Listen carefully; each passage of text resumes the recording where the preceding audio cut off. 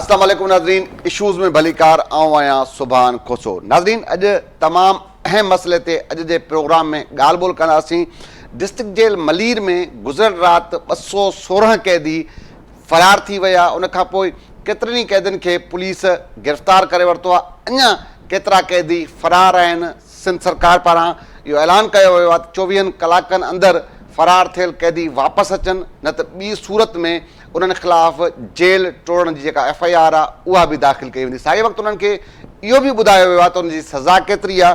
पर इहो सॼो मामिलो थियो कीअं? अचानक एॾो वॾो को ज़िलज़िलो बि न हो जंहिंखे जवाब ॼाणाए करे वॾी तादाद में जेल मां कैदी फ़रार थिया। सिंध हुकूमत सॼे वाक़े जो नोटिस वरितो आहे। IG जेल खे उहिदे तां हटाए छॾियो आहे। DIG ऐं जेल सुप्रीडेंट खे मुअतल करे छॾियो आहे। पर इहो सॼो वाक़ियो पेश कीअं आयो, मामला छा आहिनि, सॼे मामले ते अॼु जे हिन प्रोग्राम में ॻाल्हि ॿोल कंदासीं। असांजा सीनियर साथी आहिनि, रिपोर्टर आहिनि, वहीद मुराद सयाल साहब, उन्हनि असांखे स्टूडियो में जॉइन कयो आहे। सीनियर साहब आहिनि, क्राइम ते ज़बरदस्त उन्हनि जी महारत आहे। फ़हीम सिद्दीकी साहब तमामु सीनियर साहब आहिनि, उन्हनि बि असांखे वीडियो लिंक ते जॉइन कयो आहे। वहीद मुराद साहब तव्हांजी महिरबानी। फ़हीम साहब आपका बहुत शुक्रिया, आपने क़ीमती वक़्तु दिया। वहीद साहब तव्हां खां शुरूआत कंदुसि। सभ खां पहिरियां इहो मामिलो थियो कीअं, छा ॿुधाए सॼा तव्हां मुसलसल इन सॼे मामले खे कवर कयो? एॾो वॾो ज़िलज़िलो बि न हो। कीअं बैरिक्स में जेके अंदरि कैदी हूंदा आहिनि, ज़ाहिर ॻाल्हि आहे उनजो लोह जा ताला लॻल हुजनि, उहे ॿाहिरि कीअं निकिता एॾी वॾी तादाद में? छा तव्हां वरी त अंदरि वियो बि सही, छा कहिड़ा मंज़र हुया? सुभान साहब, तव्हां ॾिसो त ही डिस्ट्रिक्ट मलीर जेल क़ौमी शाहराह ते उहो ठहियलु आहे। क़ौमी शाहराह आहे ऐं हिन जी तमामु वॾी अहमियत आहे। डिस्ट्रिक्ट मलीर जे अंदरि काल्ह ताईं जेके कैदी हुआ उहे 6022 कैदी उते तरसियल हुआ। ऐं इंतिज़ामिया जेल टुटण जे सबब खे जेको आहे ज़लज़ले जो सबबु ॼाणाए जेको आहे हिन हेॾी सॼी जेका इंतिज़ामी जेका लापरवाही ऐं बद इंतिज़ामी आहे, तमामु वॾी लापरवाही आहे। त डिस्ट्रिक्ट मलीर जो जेको जेल टुटो आहे उन में 6022 जेके आहिनि उहे कैदी मौजूदु आहिनि। ऐं इंतिज़ामी लापरवाही एतिरी आहे त उन्हनि जी जेको सिक्योरिटी जे लाइ माड़ी वटि जेको आहे उते सिर्फ़ु 3 जेको आहे पुलिस जा जवान उते मौजूदु हुआ। ऐं 12 वॻे 12 या कुझु मिंट अॻु या कुझु मिंट बाद में, छो त अञा ताईं इंतिज़ामिया उनखे क्लियर कोन कयो आहे त कहिड़ो टाइम हो। CCTV ज़रिए इहे सभु शयूं आहिस्ते आहिस्ते जांच जीअं जीअं थींदी इहे सभु शयूं ईंदियूं त केतिरो टाइम, पर 12 जे लॻभॻि अॻियां या पोयां टाइम हो त हीउ जेल टुटो आहे। अधु राति जे वक़्त में जेके बैरिक्स आहिनि, जॾहिं हीउ जेल टुटो उन खां पोइ उते जेका फायरिंग थी आहे तमामु वॾो अंदरि झेड़ो थियो आहे। छो त तव्हां सभिनी जेलनि जा पंहिंजा पंहिंजा उते जेको सिक्योरिटी जा बंदोबस्तु थियल आहिनि, पर डिस्ट्रिक्ट मलीर जे जेल जी असां ॻाल्हि कंदासीं त डिस्ट्रिक्ट मलीर जे बैरिक्स जे ॿाहिरि जेका हिकिड़ी तमामु वॾी हिकिड़ी 4 दीवारी आहे, उन 4 दीवारी खां पोइ हिकिड़ो तमामु वॾो हिकिड़ो गेट थिए थो जंहिंजी जेका ऊचाई आहे जंहिंजी उहा 15 खां 16 फीट, अञा बि थी सघे त लंबाई हुनजी वधीक हुजे, उहो उते गेट आहे। उन जो तमामु वॾो हिकिड़ो तालो आहे, उहो मुकमल तौर ते बंदि करे वरी हिकिड़ो माड़ी जो हिकिड़ो गेट थींदो आहे जिते सुप्रीडेंट जी ऑफिस आहे, डिप्टी सुप्रीडेंट जी ऑफिस आहे। सॼो जेको कंप्यूटर जो निज़ाम आहे या जेके जेल जी जेका फाइलिंग थींदी आहे उन जाइ ते ई थींदी आहे। उन खां पोइ माड़ी आहे, माड़ी जो बि गेट एॾो ई वॾो हूंदो आहे। माड़ी खां पोइ जॾहिं तव्हां माड़ी ते पहुचंदा त माड़ी खां पोइ वरी माड़ी खां ॿाहिरि निकिरण जे लाइ जीअं असां ॿाहिरि वेंदा आहियूं त उते बि गेट आहे। 3 गेट कीअं टुटनि था, कंहिं टोड़िया, कहिड़ी साज़िशी, त हीअ हिननि जेका इंतिज़ामिया अञा ताईं जांच कमेटी, सिंध हुकूमत या जेके ॿिया आहिनि, त असां जॾहिं उते मौजूदु हुआसीं सॼी जेका उते जंग जो मैदान रहियो आहे त रुॻो रत ई रत हो। सुभाणे साहब तव्हांखे असां ॿुधायूं त जीअं वाक़ियो थियो त लाज़िमिया असांजा पंहिंजा KT न्यूज़ जा पंहिंजा ज़रिया आहिनि, कॉल्स थियूं, असां इंतिज़ामियासीं, ॻाल्हि ॿोल कंदासीं, कईसीं। SSP मलीर सां राब्तो थियो, हुननि चयो त असांखे का ख़बर न आहे, पर इहो आहे त जेल जे अंदरि तमामु वॾी शदीद फायरिंग आहे। उहा फायरिंग जो सिलसिलो नेशनल हाईवे ते अची पहुतो, क़ौमी शाहराह बंदि थी वियो ॿिन्ही पासनि खां। त जीअं अंदरि जंग हली आहे त उन ते जंग जो इतला ही जंग हुई, अंदरि एॾी वेड़ हुई त बैरिक्स टुटियूं आहिनि। त असांखे तॾहिं इहा ख़बर पई जॾहिं असां हुते KT न्यूज़ जी टीम सभ खां पहिरीं उते मौजूदु हुई। असां मौजूदु हुआसीं त एडिशनल IG जावेद आलम उडो साहब जॾहिं उते पहुता, घरू वज़ीर पहुता, त घरू वज़ीर जीअं पहुतो त सभ खां पहिरीं सॼी मीडिया जे साम्हूं सभिनी ऑफिसरनि जी मौजूदगी में जेल सुप्रीडेंट सैयद अरशद शाह ते कावड़ जो इज़हार कंदे उनखे चयो त तव्हां किथे आहे, हीउ हेॾो वॾो हादिसो सानियो कीअं पेश थियो आहे, हीउ हेॾो वॾो हादिसो।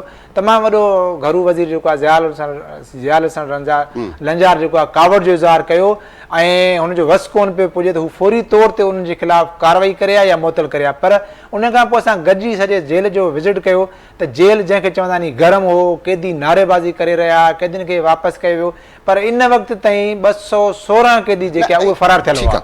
पंहिंजी गुफ्तगू सिलसिलो जारी रहे तो। फ़हीम सिद्दीकी साहब हलूँ था। फ़हीम साहब बहुत शुक्रिया आपका। अच्छा फ़हीम साहब, आप बड़े अरसे से क्राइम को कवर करते हैं, ये अजीब नहीं लग रहा कि अचानक जिलजिला हुआ, चलो ठीक है अगर 2 मिनट के लिए मान भी लें कि जिलजिला आता तो कैदी कैसे बाहर आ गए सारे के सारे और बड़ी तादाद में कैदी फरार हो गए, किस तरह देखते हैं सर सारे वाक़े को आप? देखें, डिटेल्स तो मेरे साथी रिपोर्टर बता ही रहे थे, लेकिन अगर आप इस मामले को देखें तो इसमें इतनी ऊंच नीच मुझे नजर आ रही है। जो बयानात है उनको ले लें और जिस तरह के वाकयात को जिस तरह से बयान किया गया, उसमें मुझे ये लग रहा है कि सिर्फ और सिर्फ इंतजामी नाअहली नहीं है, बल्कि कुछ प्लानिंग है जो मुझे नजर आ रही है कि उस प्लानिंग को बेसिकली जलजले से जोड़ा गया है।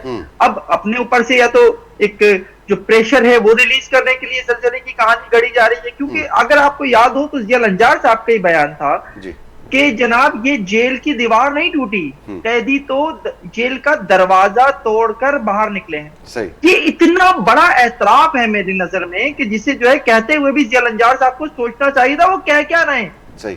यार जलजला आता, दीवार टूटती तो समझ आता कि चलो एक कुदरती मामला था, उसकी वजह से जलजला आया, जलजले की से दीवार टूट गई, कैदी फरार हो गए। आप ये कह रहे हैं कि कैदी जो है वो जेल के गेट से निकले, तो क्या कर रही थी आपकी सिक्योरिटी, कहां थी आपकी इंतजामिया जेल की? ये इतनी बड़ी नाअहली है जिसके ऊपर जो है वो सवाल बनता है। फिर आप जरा ये देखिए कि 216 कैदी जो है वो फरार होने में कामयाब हो जाते हैं, 78 वापस आज आप गिरफ्तार कर लेते हैं। कहा जा रहा है, दावा है, ये नहीं कह रहा कि 78 के 78 वाकई सही होंगे। सही 78 कैदी आप कहते हैं कि वो आपने दोबारा पकड़ लिए। 138 जुराइम पेशा अफराद जो जेल में थे वो सोसाइटी में इस वक्त आजाद हो चुके हैं। क्या है ये सब? किस किस्म की आपकी सिक्योरिटी थी? अगर आप बात करते हैं जनाब के यहाँ पर जो है वो अंदर जो है वो कैदियों ने जलजिले के आफ्टर शॉक जितना भी जिस लेवल का भी जलजिला आ रहा था तमाम शहर में चले, थोड़ा बहुत वो था, और खासतौर पर मलिर के इलाकों में लोगों ने थोड़ा सा घर से बाहर भी निकले, अजाने भी दी गई, सब हुआ। अगर वहां एक लम्हे के लिए कोई खौफो हिरास था भी, इसके ऊपर भी मैं एक बात पहले आपको बता दूं, जलजिले के हवाले से भी 2 बातें कही जा रही है। एक तो ये कहा जा रहा था कि चूंकि जलजिले का खौफ था तो कैदियों को बैरिकों से निकालकर बाहर बिठा दिया गया था, एक बयान ये है। एक दूसरा बयान ये भी है कि जनाब जब जलजिले के झटके आ रहे थे तो कैदी जो बैरिकों में थे उन्होंने खौफ के मारे जो वो चिल्लाना घबराना और शुरू कर दिया, उसके बाद उन्होंने ताले तोड़ दिया। कहां रुकूं मैं जाकर? सही कह रहे हैं, बिल्कुल यार। कौन सी बात आपकी ठीक है, कौन सी बात आपकी गलत है? या तो आपने कैदी जो है वो गलत तरीके से बैरिकों से बाहर निकाले थे जलजिले की वजह से, वो जलजिले के झटकों की वजह से उन्होंने मौका पाया, उन्होंने जो आपके ऊपर अटैक कर दिया, या फिर ये बात ठीक है कि जनाब वो अपनी बैरिकों में ही थे, वहां उन्होंने ताले तोड़ लिए। ताले इतने कमजोर होते हैं क्या जेलों के? क्या बैरिकों के ताले इतने कमजोर होते हैं कि जेल के कैदी जो है वो बैरिकों के ताले तोड़कर बाहर निकल आए? फिर तो ये तो आम दिनों में भी हो जाना चाहिए। इट्स मीन कि कुछ था जो पहले से पक रहा था, जलजले को जो है वो बहाना बनाया गया, कैदी बाहर आने के लिए निकलने के लिए तैयार थे, उन्होंने अपने मंसूबे के ऊपर अमल किया। आप कवर अप कर रहे हैं जलजले की खबरों के जरिए इस सारे वाकये को। 138 अफराद इस वक्त जो है वो जेल से बाहर आ चुके हैं, कैदी हैं जो। अब इन 138 में बाजार तो चले मलिर जेल के हवाले से ये होता है कि वहां पे बहुत ज्यादा खतरनाक कैदियों को नहीं रखा जाता, मनशियात के कैदी या मामूली झगड़े के कैदी या इसी तरह के दूसरे लेवल के कैदी जो है वो आमतौर पे वहां होते हैं। सही। लेकिन उन कैदियों का भी उन्होंने माशरे में जुर्म किया होता है तभी वो जेल जाते हैं। उन कैदियों का एक इम्पैक्ट जो है वो सोसाइटी के ऊपर आना है, और अगर ये चीजें इसी तरह से चलती रही तो मैं आपको एक बात और भी याद दिला दूं, मुझे एग्जैक्ट याद नहीं है, 15 से या 16 साल पुरानी ये बात है, यही मलिर जेल माजी में भी टूटी थी। बिल्कुल इसी तरह से ये वाकया पेश आया था मलिर जेल का। उस वक्त आपने क्या कार्रवाइयां कर ली थी जो आज ये वाकया दोबारा पेश आ गया? उस वक्त चूंकि आपने नाअहली दिखाई थी इसलिए आज ये वाकया दोबारा पेश आया है। और ये इसी तरह से अगर सिचुएशन यही रही, आपका इंतजामी मामला यही रहा, आपकी सिक्योरिटी का मामला यही रहा, तो इस तरह के वाकया मुस्तकबिल में भी पेश आते रहेंगे। 6000 मेरे साथी बता रहे थे कि वहां पर कैदी मौजूद हैं। आपको पता है वहां गुंजाइश कितनी है? 1591। सिर्फ 1600 कैदी जो हैं वो मलिर जेल में रखे जाने की गुंजाइश है। सही, आप वहां पे 6000 कैदी रखे हुए, कंट्रोल आपसे होता नहीं है। सही कह रहे हैं। तो ये होता है फिर जब आप अच्छा फहीम साहब देखिए ना कि पहले जो होम मिनिस्टर हैं उनके जो बयान सामने आया वो कह रहे थे कि इस तरह हुआ। अब थोड़ी देर बाद, थोड़ी देर पहले एक मैंने और उनकी वीडियो सुनी है, उसमें वो कह रहे हैं कि इंतजामी नाअहली है, DIG को आप जो है ओहदे से हटा देते हैं, DIG को आप सस्पेंड कर देते हैं, जेल सुप्रीडेंट को सस्पेंड कर देते हैं। तो मतलब है कि नाअहली तो थी ना कहीं तो मामला खुल के कुछ ना कुछ तो सामने आ गया है, उसके बाद ही इनके खिलाफ कार्रवाई हुई है। अगर ना होती और उन्हें इस बात का डर है कि चीजें अभी निकल कर और मजीद सामने आएंगी, अगर नाअहली ना होती तो ये सारा मलबा जो है ना वो जलजले पे डाल रहे होते और शुक्र अदा कर रहे होते, या अल्लाह तेरा शुक्र कि तूने जलजला भेज दिया। नाअहली है जिसका ये डर है इन्हें कि वो चीजें सामने आएंगी, तो अब ये कह रहे हैं कि हम ये भी कर लेते हैं, हम ये भी कर लेते हैं, हम ये भी कर लेते हैं। मलीर जेल शहर से बाहर है, एक वक्त में तो शहर से बहुत ही बाहर होती थी, अब तो चले वो किसी हद तक आबादी के दरमियान भी है। आप वहां पर जो है वो सिक्योरिटी नहीं दे पा रहे। कल को लोग सवाल उठाएंगे, यार सेंट्रल जेल तो बिल्कुल शहर के बीच में वस्त में है, कल को वहां वाकया हो गया तो क्या हो जाएगा, क्या कर लेंगे आप? देखिए माड़ी तक आ जाना ना कैदियों का, यही बहुत बड़ी बात है। मेरा इनका ये मान लेना कि कैदी जो है गेट तोड़ के बाहर निकल आए, गेट से बाहर निकले, ये बहुत बड़ी नाअहली है। माड़ी की बहुत बात होती है जेल। मेरे साथी भी रिपोर्टर आपको बता भी रहे थे, कैदी माड़ी तक आ गए, माड़ी तक आते हुए उन्होंने पता नहीं कितनी और हुदूदें वो पार की होंगी, उसके बाद वो यहां तक आए होंगे, फिर गेट भी से भी बाहर निकल गए। आज सोसाइटी में भाई क्या कर रहे हैं आप? क्यों लोगों में एहसास अदम तहफ्फुज़ मजीद बढ़ा रहे हैं? इस तरह नहीं होता। शहरों में जेलें वैसे ही नहीं होनी चाहिए, शहरों से बाहर होनी चाहिए। एक मुतालबा पहले उठ रहा है कि सेंट्रल जेल को आप बाहर ले जाएं शहर से, मलीर जेल को आप जो है वो आप तकरीबन वो शहर के अंदर आ चुके हैं, आप इसे भी बाहर ले जाएं अगर आपसे कंट्रोल नहीं हो रहा है तो। कम से कम अगर वो शहर से बाहर होंगे और ऐसा कोई वाकया होगी, जेलें शहर से बाहर होंगी, ऐसा कोई वाकया होगा तो कम से कम वो फौरी तौर पर शहर में नहीं पहुंच सकेंगे, आप कॉर्डन ऑफ करके उन्हें वापस जेल की तरफ ले जाएंगे। दुनिया भर में यही होता है, दुनिया भर में यही होता है। आपने अब वो आबादी के दरमियान जेल थी, फौरी तौर पर वो आबादी में घुल मिल गए। बिल्कुल ऐसे ही है। अच्छा फहीम साहब आप हमारे साथ ही रहे, उसके वहीद मुराद सियाल साहब की तरफ आते एक बार दोबारा। अच्छा वहीद मुराद साहब तव्हां जी वाक़ियो थियो, तव्हां उते पहुतो, ॾिसो ही जेको कुछ भी चवनि पिया त भई ज़िलज़िलो थियो, ज़िलज़िले महिल अगर आम रूटीन में पाण भी सोचूं 2 मिनटनि लाइ त ज़िलज़िले टाइम ते इंसान जो कहिड़ो सेंस कमु कंदो आहे, त माना कैदियुनि खे इहो सम्झ अची वियो त हाणे ट्राला टोड़ना आहिनि, एट ए टाइम सॼा ताला उन्हनि जेको आहे जेके बैरिक्स हिक में सभु कैदी न हूंदा, तो छा हो मंज़र तव्हांजी पहुतो, कहिड़ा मंज़र हुआ, छा सूरत हाल हुई? जी बिल्कुलु ईअं हो जीअं फ़हीम साहब ॻाल्हि कई त ज़लज़लो हिकिड़ो बहान हो, बाक़ी प्री प्लान हो। जेको लॻो पए उते जेका ॾिसो न हींअर जेका जांच कमेटी ठही आहे उहा वधीक लाज़मी आहे, उते CCTVs आहिनि, सभु कुझु आहिनि, पर हीउ लाओ पहिरीं पचे पियो त इहा माड़ी ताईं 600 खां 700 कैदियुनि जो पहुचणु हिकिड़ो तमामु वॾो सुवालु आहे। त बैरिक्स टुटियूं, हिननि इहो ई चयो त बाबा ज़लज़लो पहिरीं जेका इंतिज़ामिया इहा स्टेटमेंट ॾिनी। तव्हां त दीवारूं जेके ॾिठियूं ईअं मुमकिन आहे त कोई कैदी दीवारनि मां ॿाहिरि निकिरी सघनि या छा? न बिल्कुलु अहिड़ी का बि ॻाल्हि न आहे। इहो ॿुधायूं था त पहिरीं इंतिज़ामिया इहो चयो त ज़लज़लो आयो आहे, भित किरी आहे, पहिरीं जो भित किरी आहे ऐं उन करे उहो भित क्रॉस करे जेको आहे असां चयो त सॼी कराची जे अंदरि हेॾियूं वॾियूं माड़ मौजूदु आहिनि, क़ाइदाबाद ऐं आस पास जे अंदरि तमामु वॾियूं बिल्डिंग मौजूदु आहिनि, किथे हिकिड़ी सिर बि कोन किरी आहे। त हिते जेल जे ऐं ॿियो इहो त सम्झण जी ॻाल्हि इहा आहे त जेके बैरिक्स हुजनि उहे उन्हनि जूं दीवारूं खे वॾियूं डिघियूं न हूंदियूं आहिनि, के 3-3 4-4 माड़ियूं हूंदियूं आहिनि, नंढियूं हूंदियूं आहिनि, ऐं उहो किरण जो त सवाल ई पैदा न कोन थियो। तमामु को एॾो अलाह न करे, ख़ुदा न करे कोई एॾी का मुसीबत, को वॾो ज़लज़लो अचे जो उन जूं दीवारूं टुटी पवनि, हीअ टुटनि, उते सूरत हाल इहा थी आहे, असां अखि ॾिठा उन शइ जा गवाह आहियूं त का बि सिर न आहे टुटी। जीअं ज़लज़ले जे टाइम ते ई को प्री प्लान पहिरीं हो, ज़लज़लो जो हिकिड़ो बहान हो त इहो अॻु में अलर्ट जारी हो त 2 ॾींहं ज़लज़ले जा जेका ई शिदत आहे उहा रहंदी, त इन जो बहानो बणाए ऐं उन ई टाइम ते ही चवनि पिया पहिरीं त हिननि जेको आहे शोर शराबो करे पहिरीं बैरिक्स टोड़िया, बैरिक्स टोड़ण खां पोइ ही माड़ी जी तरफ़ वधंदा या त 600 खां 700 कैदी तव्हांजूं 7 बैरिक्स टुटियूं आहिनि। उते जेको ॾिठो आहे त 7 बैरिक्स में 600 खां 700 कैदी उहे माड़ी जी तरफ़ अचनि था, उते वॾी शदीद फायरिंग थी आहे, पुलिस वारनि खां हथियार फुरिया विया आहिनि, असां पंहिंजे अखियुनि सां लाश ॾिठा आहिनि, काफ़ी सारियूं शयूं लिकायूं पियूं वञनि, असां पंहिंजे अखियुनि सां लाश ज़ख़्मी ॾिठा आहिनि, ऐं इंतिज़ामी लापरवाही एॾी त कलाकनि जा कलाक ज़ख़्मी उते पिया तड़पंदा पिया रहिया, उन्हनि खे जेको आहे अस्पताल मुंतक़िल न पए कयो वियो त उते का बि सिर न आहे किरी। जीअं जीअं उहे माड़ी ताईं आया, माड़ी खां पोइ हिकिड़ो जेको क़ौमी शाहराह ते जेल खां ॿाहिरि निकिरण जो दरवाज़ो। हिते अहम सुवाल इहो आहे त जीअं ई सॼो जथे जो सवनि जे तादाद में जीअं कैदी वधिया पिए त उते जॾहिं असां कैदियुनि खां सवाल पे कया या पुछूं पिया त हुननि चयो त हीअ जेकी कैदियुनि सां ॻाल्हि ॿोल तव्हांजी थी? बिल्कुलु कैदियुनि सां ॻाल्हि ॿोल थी। असांजे उन्हनि कैदियुनि चयो त हीअ ताला टोड़िया विया आहिनि। उते इहो इल्ज़ाम आयो आहे कैदियुनि, उन्हनि जूं कुझु वीडियोज़ जेके उते साम्हूं आहिनि, ॻाल्हि ॿोल बि थी आहे, कमेटी लाज़मिया वेठी आहे। उते कैदियुनि इहो आहे चए जेको मुख्य जेको दरवाज़ो आहे उनजो तालो उन्हनि माण्हुनि टोड़ियो आहे जेके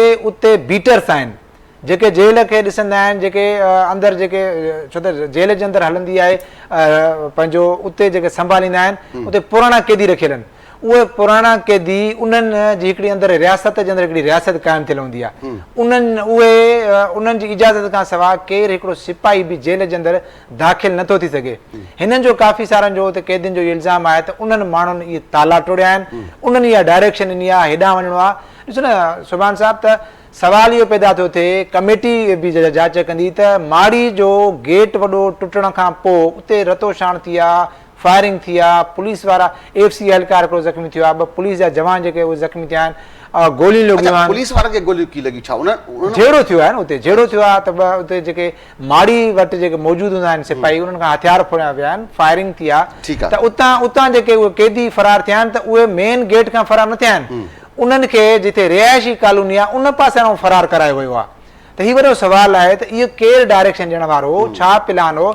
सही आहे। ये सब शयूं जो फहीम साहब एक बीहर नहीं था। अच्छा फहीम साहब, वही मुराद साहब की आप गुफ्तगू सुन रहे थे, वो बता रहे हैं कि ताले टूटे हैं। अच्छा फहीम साहब देखें, आप तो बड़े अरसे से क्राइम को कवर करते हैं, क्या कैदियों के पास इस तरह के औजार होते हैं कि वो जब अंदर बैग्स में हों उसके बाद उनके पास कोई इस तरह की चीजें हों कि वो ताले तोड़ दें? ब्रदर, आपने वहीद मुराद की एक बात को शायद नोटिस नहीं किया। वहीद ने एक बहुत जबरदस्त और बड़ी अहम बात बताई। उन्होंने कहा कि इस रियासत के अंदर रियासत होती है, और ये हकीकत है, जेल के अंदर एक रियासत के अंदर रियासत होती है। और ये रियासत किसकी होती है? उन पुराने कैदियों की होती है जिन्हें जेल के अहलकार जो हैं वो एक तरह से इंतजाम सौंप देते हैं कैदियों पर निगरानी का। सही। और यही कैदी बेसिकली जो है मुझे नजर आ रहा है इस सारे गेम में कि उन्होंने अपना रोल प्ले किया है। उन्होंने बेसिकली जो है ये प्लान किया, वो मिले उन कैदियों के साथ जिन्होंने भी मंसूबाबंदी की हुई थी। जलजले के झटके कल पहली बार तो नहीं आए थे, एक दिन पहले भी आए थे। और जब इस तरह की चीजें हो तो इंसानी जहन जो है वो साजिशें बनाता है, बुनता है। सही। ऐसा कोई प्लान जो है वो बना है बाकायदा तौर पर जेल में कि अब अगर जलजले के झटके दोबारा आते हैं तो उनको बहाना बनाकर ये करना है। अब वो तो कह देंगे ना, जिन्होंने जो है वो ताले तोड़े वो जेल के कैदी ही हैं, इंतजाम उनके पास इंतजाम था सारा, वो जेल में आजादी के साथ नकलो हरकत कर सकते हैं। और आपने बाकायदा तौर पर एक ऐसा निजाम अंदर बनाया हुआ है कि जनाब हमारे पास तो अमले की कमी है, इसलिए हम पुराने कैदियों को जो है वो इंतजाम सौंप देते हैं। किस दुनिया में होता है भाई ऐसा कि कैदी को जो है, यानी वो जो कहा जाता है ना कि बिल्ली को दूध की रखवाली, आपने बिल्ली को दूध की रखवाली सौंपी हुई थी, उसने दूध पी लिया है। ये एक बाकायदा मंसूबाबंदी नजर आ रही है। कैदियों को उस गेट की तरफ ले जाना जो रिहायशी गेट की तरफ है, ये बाकायदा तौर पर वही शख्स ले जा सकता है जिसे जेल के अंदर भी इतनी आजादी तो कम से कम हासिल हो कि वो जेल का हुदूद अरबा समझ सके, महले वकूद समझ सके, वो जेल के अंदर मूवमेंट करता हो। ये बात साबित हो रही है इस वक्त कि जो जेल के पुराने कैदी हैं वो इस सारे गेम के पीछे हैं। अच्छा फहीम साहब, एक और बात भी है कि DIG जेल और IG जेल में इख्तलाफ आते, क्या ये इस तरफ कभी सोच सकते हैं कि DIG और उनके इख्तलाफ की वजह भी ये सारा मामला बना हो? देखिए ब्रदर, ये चीजें तो होती हैं, ठीक है, और जब कोई ऐसा वाकया हो जाए तो जाहिर है इन चीजों को मजीद हवा मिलती है। और ये हमेशा हर डिपार्टमेंट में ही होता है कि अफसरान के आपस के दरमियान चपकलिश होती है, कोई किसी को पसंद करता है, कोई किसी को नापसंद करता है। तो काजी नजीर और सहतों के दरमियान डेफिनेटली कुछ चीजें थी जिनको हमने भी कुछ अर्से पहले जो है वो सुना भी था, लेकिन मैं उसको इस वाकये की जिम्मेदारी इसलिए नहीं दूंगा, उस वाकये का जिम्मेदार इस मामले को इसलिए नहीं दूंगा कि वो एक और लेवल है, ठीक है। अब उससे नीचे जो जेल है, जेल के ऊपर एक जेलर है, जेलर के नीचे असिस्टेंट सब जेलर हैं और दीगर इंतजामिया हैं, वो बेसिकली जिम्मेदार हैं असल, ठीक है। कहीं ना कहीं सहतो, कहीं ना कहीं काजी नजीर, ये सब भी जिम्मेदार तो हैं, लेकिन इनसे बाद में पूछा जाएगा। पहली जिम्मेदारी तो उनकी है जिनको जो है ये जिम्मेदारी ग्राउंड पर मिली हुई थी कि भाई आपने कैसा इंतजाम किया हुआ था। कैदी अगर ताले तोड़ रहे हैं तो आपका सवाल था कि ताले तोड़ने के लिए उनके पास सामान कहां से आया, तो डेफिनेटली वो उन्होंने फराहम किया। जो जेल के पुराने कैदी हैं जिन्हें आपने इंतजामिया में शामिल किया हुआ है, दुनिया भर में नहीं होता कहीं ऐसा कि कैदी जो है वो आपकी इंतजामिया में शामिल हो।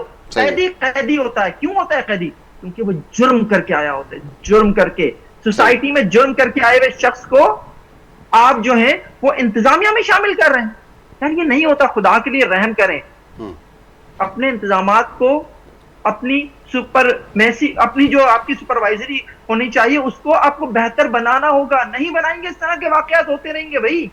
आज मलीर जेल टूटी है, अल्लाह ना करे मेरे मुंह में खास, कल को सेंट्रल जेल से ऐसी खबर आ गई तो क्या होगा? शुक्र अदा करें। किसी हद तक मैं शुक्रिया अदा करूंगा कि जनाब जेल से कैदी तो भागे हैं लेकिन ये कोई खतरनाक कैदी नहीं है। सेंट्रल जेल में इससे कहीं ज्यादा खतरनाक कैदी है। कल को अगर ये वाकया वहां पेश आ गया तो फिर क्या होगा? वहां कत्ल के कैदी हैं, वहां दहशतगर्दी के कैदी हैं, वहां दीगर कैदी हैं, क्या होगा फिर उस वक्त? तो खुदा के लिए इस वाकये को एक वेकअप कॉल समझें और उसके बाद जो है ऐसे इंतजामात कम से कम जेलों में जरूर किए जाएं। अगर आप जेलों को अभी फिलहाल जो है वो शहरों से बाहर नहीं मुंतकिल कर सकते तो कम से कम ऐसे इकदामात, ऐसे इंतजामात जरूर कर लें कि सिक्योरिटी की नाअहली जो है वो बाद में ना आपको कहना पड़े कि सिक्योरिटी ना हो गई। आप फिर आईजी को हटाने की बातें ना करते फिरें, आप डीआईजी को हटाने की बातें ना करते फिरें। आप सिर्फ ये कहें कि जी हमारी सिक्योरिटी अच्छी थी, कैदियों ने कोशिश की, हमने नाकाम बना दी, तब तो मजा आएगा। ठीक है, ठीक है फ़हीम साहब, आप हमारे साथ ही रहें। नाज़रीन, वक्त थियो आहे मुख़्तसर ब्रेक जो। ब्रेक खां पोइ वहीद मुराद सियाल साहब ॾींदुसि ऐं इहो सम्झण जी कोशिशि कंदुसि इहो जेको विच में डीआईजी ऐं आईजी जे पाण में जेके इख़्तिलाफ़ हुआ उहा आख़िर कहिड़े मामले ते हुया। फ़हीम साहब बि कुझु जेको सॼे मामले जो ज़िक्र कयो आहे, पर तफ़सीलन वहीद मुराद सियाल खां इहे सम्झण जी कोशिशि कंदा। वक़्तु आहे मुख़्तसर ब्रेक, ब्रेक खां पोइ हिते शुरूआति थींदी।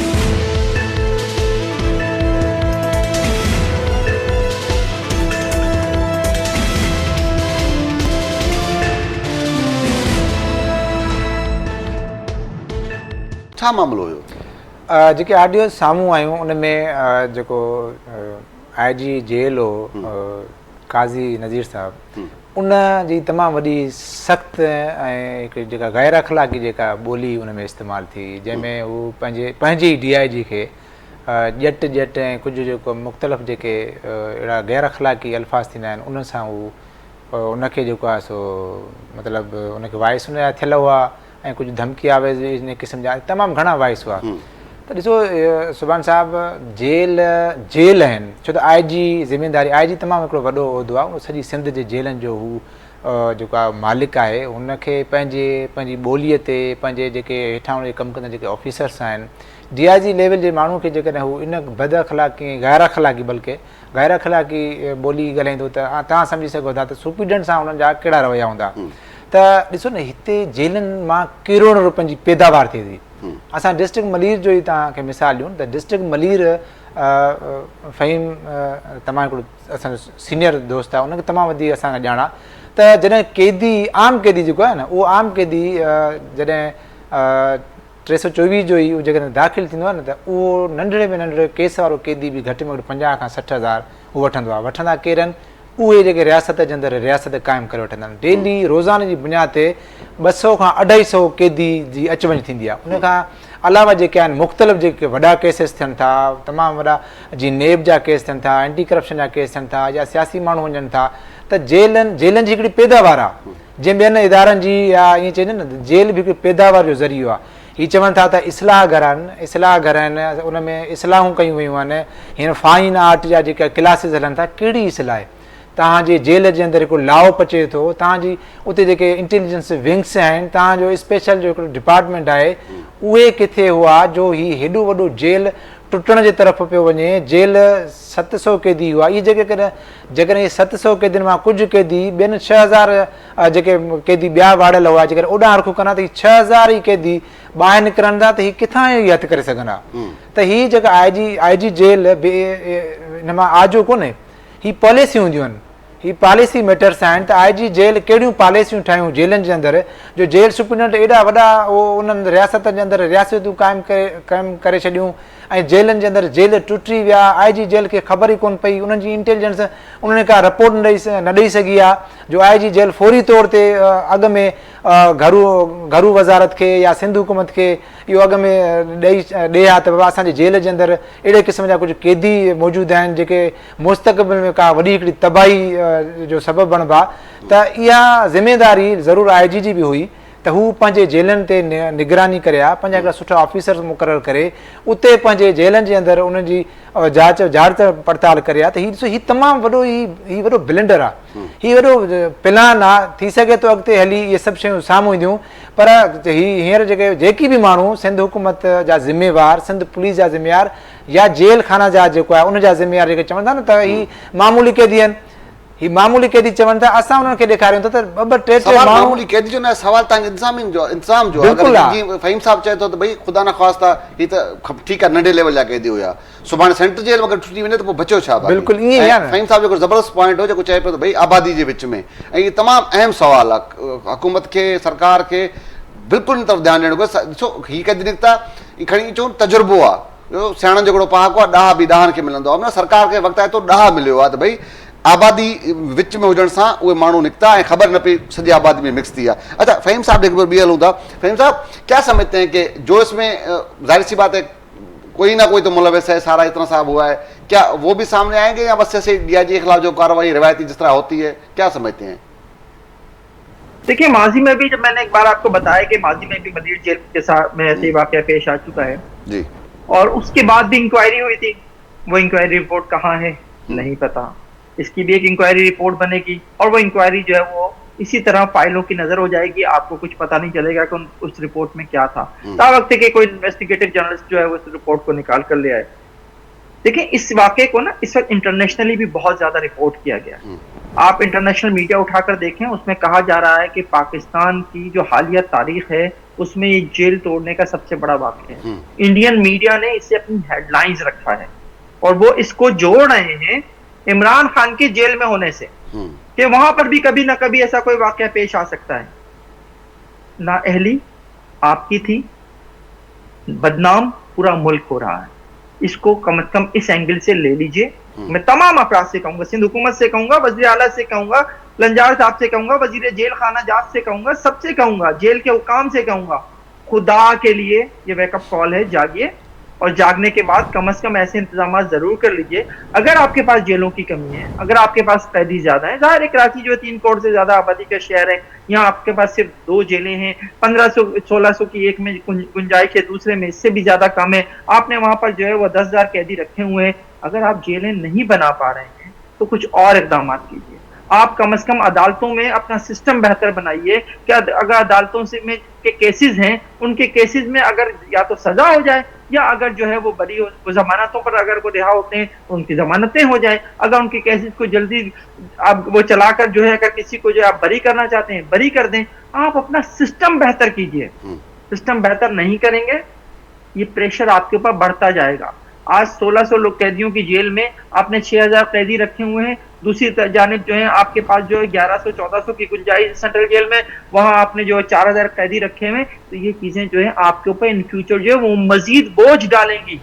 सिस्टम को बेहतर बनाना है, मजीद जेलें बनाने की जरूरत है, बनाइए मजीद जेलें। भाई इतना पैसा आप आवाम से जो है वो इकट्ठा करते हैं मुख्तलिफ मानों में, कम से कम उसको इस जानिब लगा दीजिए। सेंट्रल जेल आप शहर से बाहर ले जाए, सुपर हाईवे के बाद बहुत जमीन अभी भी आपके पास पड़ी हुई है, वहां पर ठीक है आप मलिक रियाज से जो जगह बच गई होगी वहां पर बना लें जेल यार, इससे बड़ी जेल बना लें यार, वहां पर कम से कम गुंजाइश तो हो। इसी तरह मलिर जेल को और आगे ले जाएं या कहीं पे भी ले जाएं यार, कम से कम ये चीजें इन फ्यूचर जो है लोगों के जहनों में ये एहसास तहफ़्फ़ुज़ तो ना हो, उन्हें ये डाउट तो ना हो कि यार उनके बराबर में जेल है, अगर ये टूट गई तो कल कोई खतरनाक कैदी निकलकर, कोई दहशतगर्द वहां से निकलकर कोई कार्रवाई ना कर दे। जेल क्यों जाता है दहशतगर्द? क्यों आप उसे जेल भेजते हैं? इसलिए भेजते हैं ना कि वो सोसाइटी के लिए खतरनाक होता है, वो सोसाइटी में दहशत फैलाता है।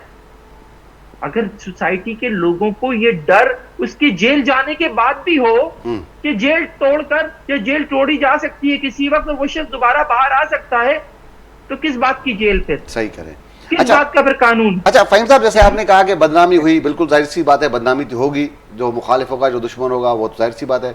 अच्छा बात बिल्कुल, ये है, उन्हें बात मौका ये मिला है कि ये उन्हें। रवैये हमारे किस आपने तरह दिया के मौका। ये रवैये हमारे किस तरह के हैं कि हम झूठ, अपने लोगों से झूठ बोलते हैं, अपने लोगों से चीजें छुपा, जैसे वहीद भाई बता रहे थे कि मामला बहुत ज्यादा जिससे छुपाया जा रहा है, तो ये रवैया कब खत्म हो गया, क्या समझते हैं? देखिए, इसकी सबसे बड़ी वजह यह है कि हम अपनी कौम से सच्चे नहीं हैं, हम अपने मुल्क से सच्चे नहीं हैं। सियासतदानों को इस बात की फिक्र जरूर होती है कि जनाब उनसे उनकी लीडरशिप कुछ ना पूछ ले तो वो जो है चीजों को चेंज करते हैं। असलियत कुछ होती है, बताते कुछ है, और ये नीचे से ही शुरू हो जाता है। ये बिल्कुल नीचे से ही शुरू हो जाता है। एसएचओ अपने एसएसपी को कुछ बताता है, एसएसपी उसमें से तोड़ मोड़ का ऊपर आईजी को कुछ बताता है, आईजी सीएम को कुछ बताता है। ये चीजें हमारे यहाँ हमेशा से होती आ रही हैं। उसकी वजह यह है कि हम माजरत के साथ, निहायत माजरत के साथ, मैं खुद को शामिल करके ये बात कर रहा हूँ कि हम 2 नंबर सोसाइटी के 2 नंबर लोग हैं। ठीक है, अच्छा, बिल्कुल सही है। अच्छा, वही साहब तव्हां ॾेई दोस्तों ही जेको फाइनली पाण आख़िर में मूंखे इहो ॿुधाइजो त मुख़्तसर हाणे त हीउ सॼो जेको मामिलो आहे घरू वज़ीर जो हाणे हिकिड़ो बयानु साम्हूं आयो जंहिंमें चए पियो 29 क़ैदी बाक़ी बक़ाया बचिया।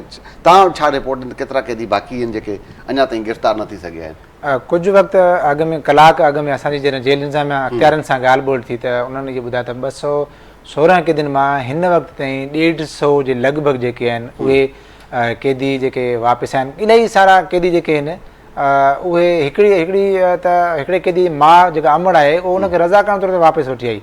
काफ़ी सारा जेके क़ैदी आहिनि रज़ा करण तौर ते आहिनि, पर जेकी भॼी विया आहिनि उहे क़ैदी ॻोल्हण लाइ इंतिज़ामिया पाण अल्टीमेटम मिलियो आहे। पर हिन वक़्तु ताईं 150 जे लॻभॻि जेको आहे 1 कलाक अॻु में जेको इहा जेल अख़्तियारनि ॿुधायो आहे त उहे आहिनि। हिन वक़्तु बि 50 खां 60 क़ैदी मफ़रूर आहिनि, फरार आहिनि। ख़बर न आहे त उहे कहिड़ी जाइ ते जेके आहे उहे लिकी विया आहिनि। उन्हनि जे लाइ, उन्हनि जे ॻोल्हण जे लाइ जेको आहे उन्हनि खे हथु कयो वञे। ॿियो हिकिड़ो वॾो सुवाल इहो आहे त हाणे जॾहिं हीअ 600-700 क़ैदी हिननि बैरक्स मां निकिता हुआ, हाणे उन्हनि खे वरी हिकु दफ़ो ॿीहर बंदि कयो आहे। हाणे इहो उन क़ैदियुनि इहो ख़दशो ॾेखारियो आहे त हीअ सॼी जेका वेड़ थी आहे अंदरि, उन्हनि क़ैदियुनि खे वरी जेको आहे हिकु दफ़ो ॿीहर उनखे बंदि कयो वेंदो, उन्हनि खे मारियो वेंदो, टॉर्चर कयो वेंदो। ऐं उन्हनि खां जेको आहे सो हीअ सॼी जेका कावड़ आहे की जेको थियो आहे, छो त हाणे लाज़मी आहे ड्यूटी अटकाव जा केस थींदा, दहशतगर्दी तहत केस थींदा, जेल टोड़ण जा केस थींदा, हथियार फड़ण जा केस थींदा। त इहा सॼी जी सॼी जेका बाहि जेका जेल इंतिज़ामिया आहे, जेका जेल अख़्तियारियूं आहिनि, हीअ सॼी जेका इंतिज़ामिया आहे वरी बि पंहिंजी नाअहलीअ खे लिकाइण जे लाइ, पंहिंजी नाअहली खे लिकाइण लाइ वरी बि उन्हनि ई क़ैदियुनि खे हिन अज़ाब में जेको आहे वरी बि धिकींदी, जंहिंमें केतिरा ई बेगुनाह हूंदा, जंहिंमें इहे केस थींदा। त जेका इंतिज़ामिया आहे उनखे सोचणु घुरिजे। जंहिं वक़्तु हीउ सुभाणे साहिबु जेल टुटो आहे, हीउ जेल टुटो आहे, हीअ को मामूली ॻाल्हि कोन्हे, हिनखे टोड़ियो वियो आहे, हथ वठी टोड़ियो वियो आहे। त उन जेल टोड़ियो आहे त उते तव्हां फुटेज ॾिसंदा त सभ खां पहिरीं उन्हनि वञी छा कयो आहे, तारनि वारो निज़ाम मफ़लूज कयो आहे। हिते हुननि खे शायदि ख़बर हुई त हिते CCTV निज़ाम बि आहे। हुननि वञी उहे शयूं टोड़ियूं आहिनि, कंप्यूटर उन्हनि टोड़िया आहिनि, तारूं पटियूं आहिनि। उते जेको आहे सो हिननि वञी हरकतूं कयूं त जीअं हीअ जेका बि जेका उते हरकत थिए थी त उन में हुननि जा फुटेज न अची सघनि। त हिन में साफ़ ज़ाहिर आहे त हीअ प्री प्लान जेको हिकिड़ो तमामु वॾो हिकिड़ो मनसूबो हो, प्री प्लान जेको थियो आहे, त इन एॾे वॾे मनसूबे खे, उन मास्टर माइंडनि खे लिकाइण जी जेका साज़िश कई वई आहे, त सभ खां पहिरीं हुननि इलेक्ट्रिशन जो जेको सॼो निज़ाम आहे उहो मफ़लूज कयो आहे, उनखे उन्हनि उखेड़े छॾियो आहे, पटे छॾियो आहे। उते इन्हनि अहिड़ियुनि शयुनि खे जेको आहे उन्हनि मफ़लूज कयो आहे त जीअं सॼी जेके निशान आहिनि उहे जेके उते शायदि उहे ख़तमु थी सघनि। ऐं जेका मेन ॻाल्हि आहे त कमिश्नर कराची ऐं एडिशनल IG कराची जावेद आलम उडो, उन्हनि ते बि इहा ज़िमेदारी थिए थी त सभ खां पहिरीं CCTV फुटेज अटकाया वञनि ऐं उन्हनि मास्टर माइंड जेके आहिनि हिननि सॼे जहिड़े जा, उन्हनि खे पकड़ियो वञे, उन्हनि खे बंदि कयो वञे। त उहे ई ॿुधाईंदा त हीउ प्लान किथे जुड़ियो, कॾहिं ठहियो ऐं कहिड़े इंतज़ार में आहे, कहिड़े ॾींहं जे इंतज़ार में आहे। त उन वक़्तु जेको आहे हीउ एॾे जो एॾो वॾो मांधाण मचंदो। 600 खां 700 क़ैदी हिकु ई वक़्तु तव्हां माड़ी जी तरफ़ जेको आहे सो मोकिलियो था, उहे सभु ॿाहिरि भॼनि था। 216 क़ैदी हिकिड़े जेल मां भॼी था वञनि, जेल जो टुटे तो इहो मामूली ॻाल्हि कोन्हे। बिल्कुल ईअं भाई मुराद साहब, तव्हांजी वॾी महिरबानी, तव्हां पंहिंजी कीमती वक़्तु फ़हीम सदीक़ साहब, आपका बहुत शुक्रिया, आपने अपना कीमती वक्त दिया। बिल्कुल ईअं आहे त जेल इंतिज़ामिया जे हूंदे सूंदे सॼी साज़िश थी आहे। हिकु तरफ़ उहे ॾोहारी जेके सॼी सिंध में बेधड़क ॾोही कार्रवाइयूं कनि था, माण्हुनि खे अगवा कनि था, पर ॿिए तरफ़ जॾहिं उन्हनि खे जेके उते बि उनजो जेको आम शहरी जो दिफ़ा सही नमूने नथो थी सघे, धाड़ेल ॾोहारी चोर सरेआम सिंध जे मुख़्तलिफ़ शहरनि में वारदातूं कनि था। पर हाणे जेलनि अंदरि बि जेके क़ैदियुनि खे वाड़ियो थो वञे, उहे बि जॾहिं पंहिंजी मर्ज़ी थिए थी जेलूं टोड़े ॿाहिरि निकिरनि था। सरकार खे इन तरफ़ ध्यानु ॾियणु घुरिजे, जेलनि जी जेका सूरत हाल उनखे बहितर करण जी ज़रूरत आहे, त जीअं जेका मुल्क में जेका हिकु ख़ौफ़ वारी जेका सूरत हाल आहे उहा ख़तमु थी सघे। अॼु निपटण सुभाणे वरी कंहिं ॿिए इशू कंहिं ॿिए मां मुलाक़ात थींदी। तेसीं ताईं अला भाई।